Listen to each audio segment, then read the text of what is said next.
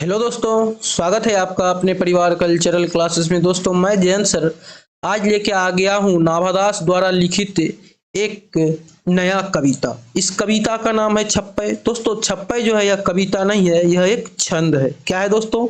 छप्पय। छप्पय का मतलब होता है कि 6 चरणों वाला मासिक छंद। आप लोग फिर बोलेंगे सर, सॉरी मासिक नहीं मात्रिक छंद। आप बोलेंगे कि मात्रिक क्या होता है?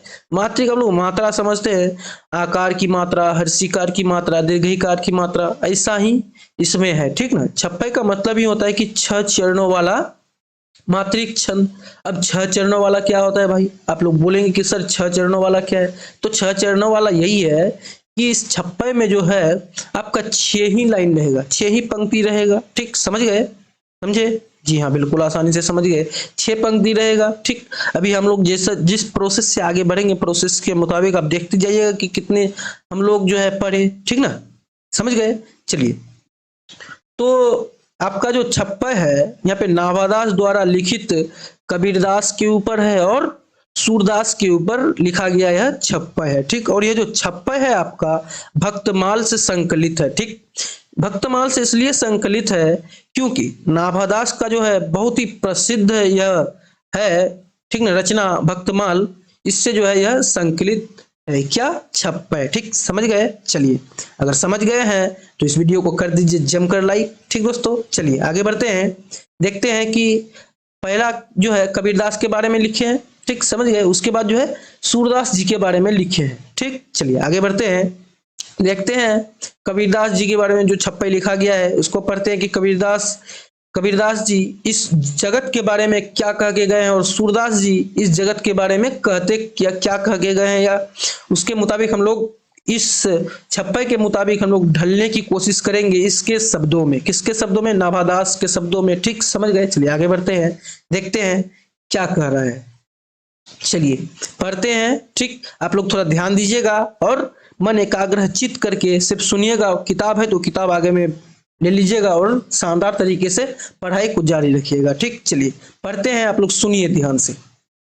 भक्ति विमुख चे धर्म सो अब अधर्म करी गाय, योग व्रत दान भजन बिन तुच्छ दिखाए। क्या कह रहे हैं यहाँ पे कबीरदास जी कि भक्ति विमुख जे धर्म सो अब अधर्म करी गाय, योग यज्ञ व्रत दान भजन बिन तुच्छ दिखाए। अर्थात आइए दोस्तों, जिस तरीके से हम लोग अर्थ को समझते हैं, ठीक ना, मतलब कहने का अर्थ यह है कि हो गया आपका सूरदास जी का पद, तुलसीदास जी का पद। ठीक, जिस तरह से समझे उस तरह से भी उस तरह से इसका भी अर्थ लिखा गया है, इसके भी अर्थ को हम लोग समझेंगे। ठीक, समझ गए? चलिए आइए अर्थ को समझते हैं कि कभी कह रहे हैं, कभी कहते हैं कि जो भक्त भक्ति से विमुख, मतलब विमुख क्या नहीं समझे, उदासीन, ठीक ना, हो जाता है, वह अधर्म में लिप्त व्यक्तियों की तरह कार्य करता है।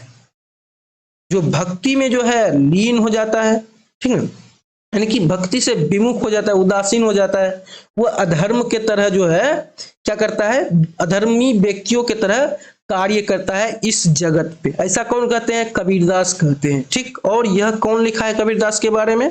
नाभादास जी लिखे हैं। ठीक, समझ गए? चलिए, और कह रहा है कि योग व्रत, और कबीर ने भक्ति के अतिरिक्त, कबीरदास ने भक्ति के अलावा अन्य सभी क्रिया, अन्य सभी क्रियाओं जैसे योग हो गया, यज्ञ हो गया, व्रत हो गया, दान हो गया, भजन हो गया, यह सभी को तुच्छ कहा है। इसका जो है वह कोई महत्व तो देता ही नहीं है। तुच्छ मतलब महत्वहीन। ठीक ना? कबीरदास जी सिर्फ भक्ति के अतिरिक्त और उसको कुछ नहीं आता है। न ही योग करना आता है, न ही यज्ञ करना आता है, न ही व्रत करना आता है, न ही दान करना आता है, न ही भजन करना आता है। इसके अतिरिक्त उसके लिए सब जो है तुच्छ है। ठीक, सिर्फ क्या है? भक्ति है उसके लिए। किसके लिए? कबीरदास के लिए। ठीक, समझ गए? पहला पहला दोहा का मतलब समझिए। ठीक, आइए फिर से समझते हैं कि भक्ति विमुख जे धर्म सो अब अधर्म करी गाय, मतलब भक्ति विमुख जे धर्म सो अब अधर्म करी गाय। अर्थात जो कवि क्या कह रहे हैं यहाँ पे कि भक्ति से जो विमुख हो जाता है वह अधर्म में लिप्त व्यक्तियों की तरह जो है कार्य करने लगता है।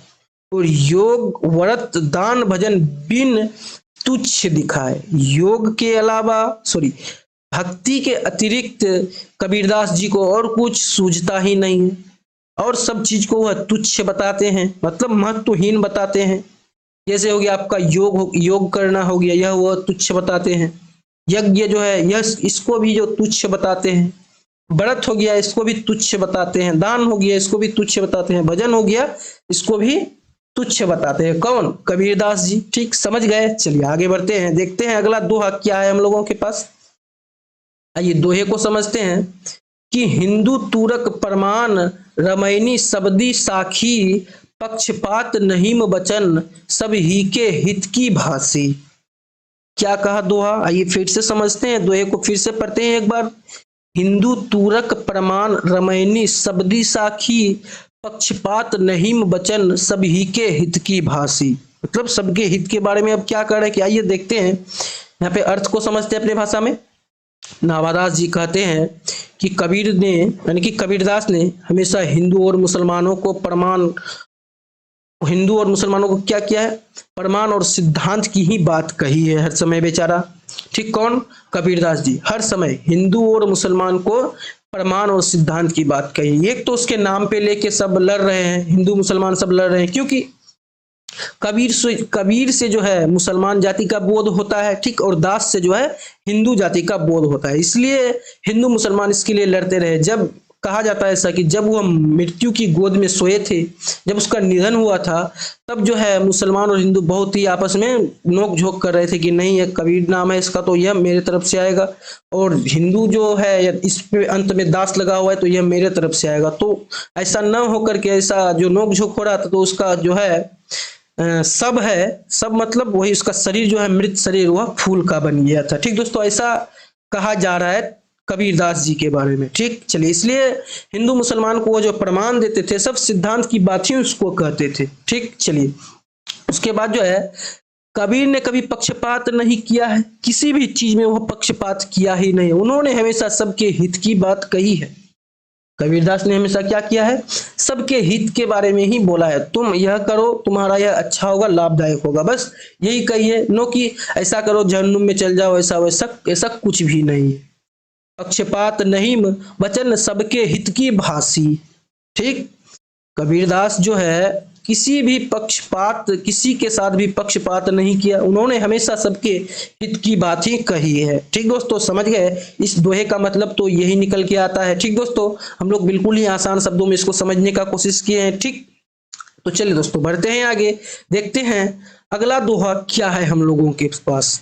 आइए अगला दोहा है हम लोगों के पास कि आरूढ़ दशा होए जगत पे मुख देखी नाही भनी कबीर कानी राखी नहीं वर्णाश्रम सट दर्शनी। क्या है? आइए फिर से समझने की कोशिश करते हैं, दुआ को पढ़ते हैं। आप लोग बिल्कुल ही आसानी से समझने की कोशिश कीजिएगा।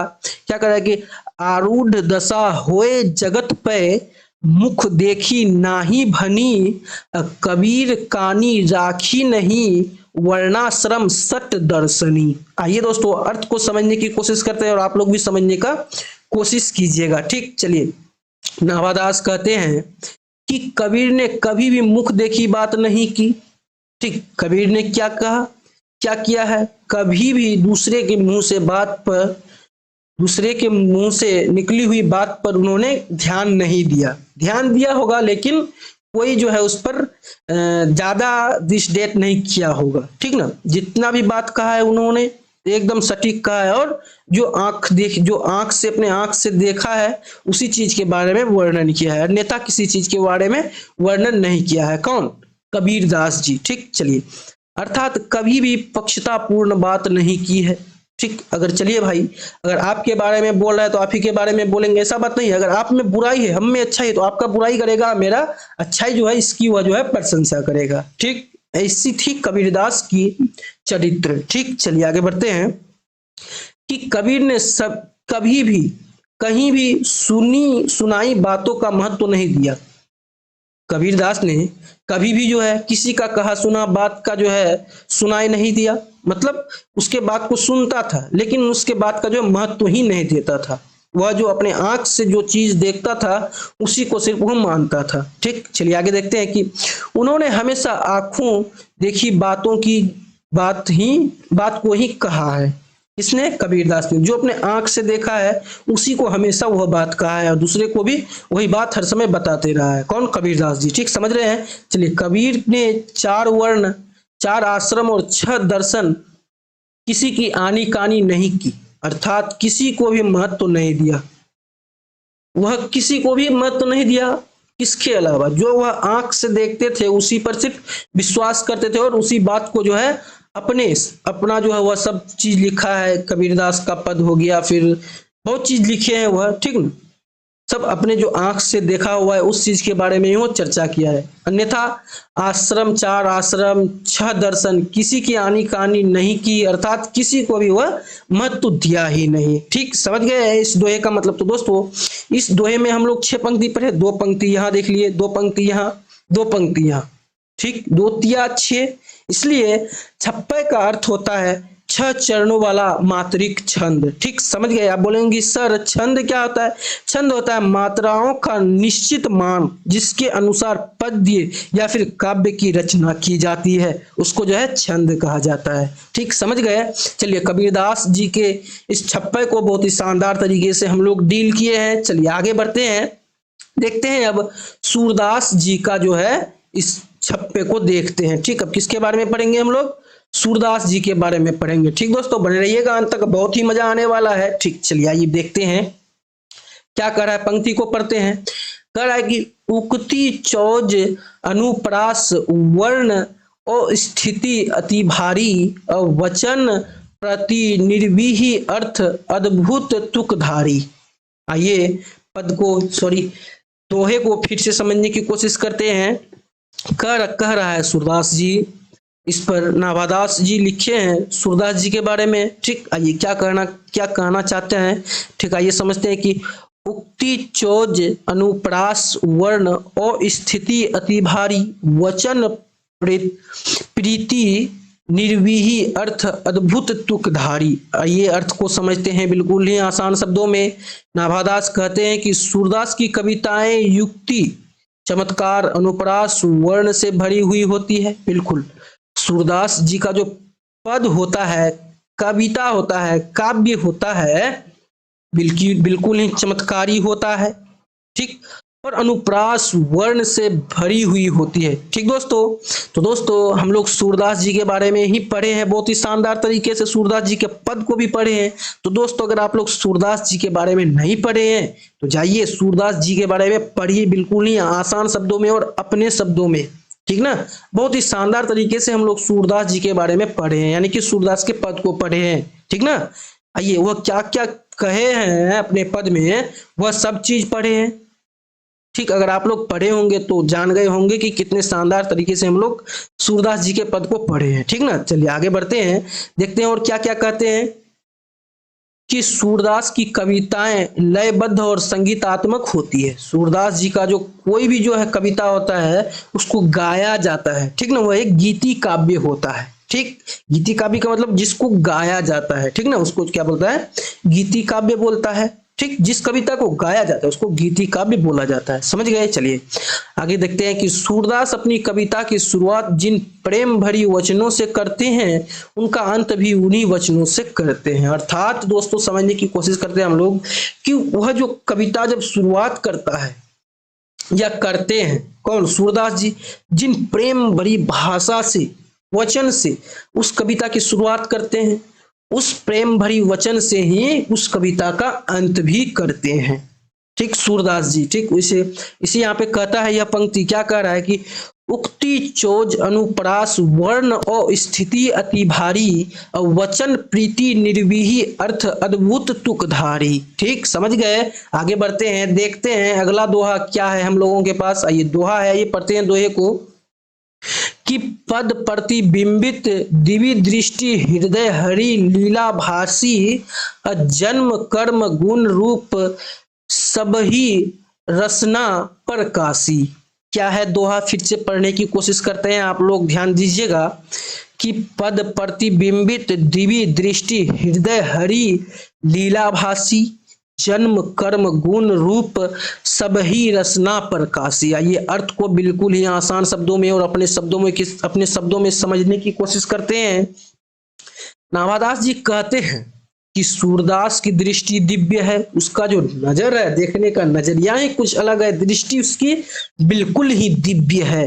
ठीक, सूरदास ने अपनी कविताओं में श्री कृष्ण की लीला का वर्णन किया है। ठीक दोस्तों, हम लोग जब सूरदास जी की पद पढ़े थे, ठीक ना, उन्होंने भी, उसमें भी हम लोग देखे थे कि मैया यशोदा अपने पुत्र कृष्ण को किस तरह से जगा रही है भोर होने पर। और दूसरा पद में क्या पढ़े थे कि कृष्ण जी अपने पिताजी के गोद में, यानी कि नंद के गोद में बैठकर भोजन कर रहे थे। ठीक ना, यह सब चीज पढ़े हैं हमने सूरदास जी के पद में। तो दोस्तों एक बार फिर से आप लोगों से आग्रह है कि आप लोग अगर सूरदास जी के पद को नहीं पढ़े हैं तो जाइए सूरदास जी के पद को बिल्कुल ही आसान शब्दों में पढ़े हैं। ठीक ना, यानी कि पढ़ाए हैं आप लोगों को या पढ़े भी हैं, ये भी कर सकते हैं, कोई मसला नहीं है इसमें।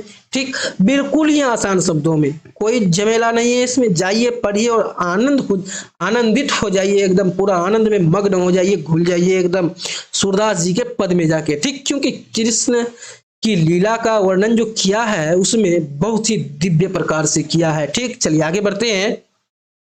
देखते हो कह रहा है, सूरदास ने प्रभु के जन्म कर्म गुण रूप सभी को अपनी दिव्य दृष्टि से देखकर अपने वचनों से प्रकाशित किया है। बिल्कुल ही सही बात है।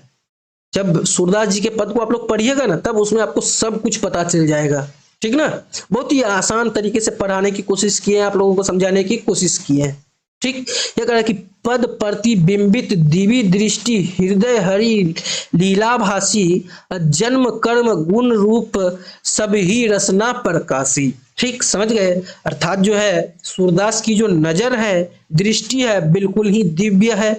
सूरदास ने अपनी कविताओं में श्री कृष्ण लीला का वर्णन किया है। ठीक, सूरदास ने प्रभु के जन्म कर्म गुण रूप सभी को अपनी दिव्य दृष्टि से देखकर अपने वचनों से प्रकाशित किया है।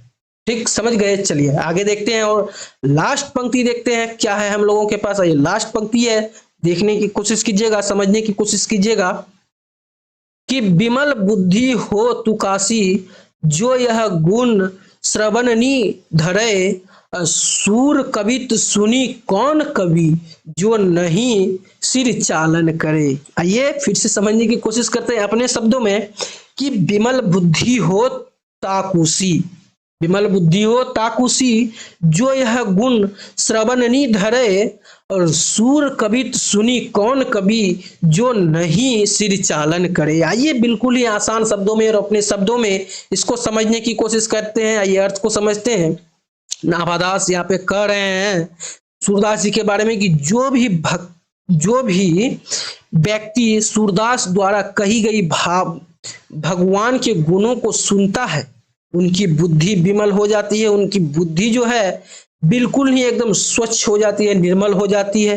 अर्थात नाभादास जी कहते हैं कि ऐसा कोई कवि नहीं है जो सूरदास की कविताओं को सुनकर सिर चालन न भरे, सिर को नहीं हिलाए उसके। अर्थात जो आपको पूछा जाएगा, यह पूछा जाएगा कि सूरदास के कविता को सुनकर लोग क्या करते हैं, तो क्या करते हैं, सिर हिलाते हैं, सिर चालन करते हैं, सिर को हिलाते हैं। ठीक, अर्थात उनकी बातों में हामी ना भरे।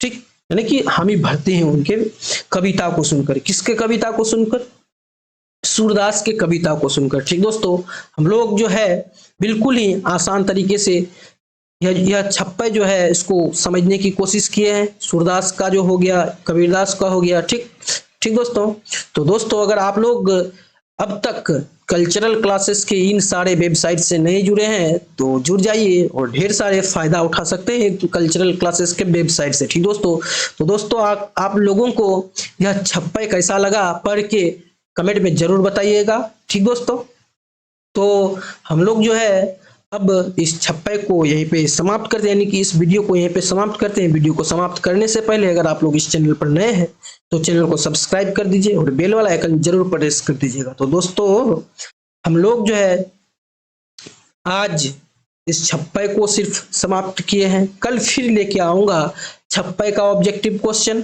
ठीक, चलिए आज की क्लास को यहीं पे समाप्त करते हैं, फिर मिलते हैं कल नए उमंग और उत्साह के साथ। और 96 के ऑब्जेक्टिव क्वेश्चन के साथ। तब तक के लिए राधे राधे।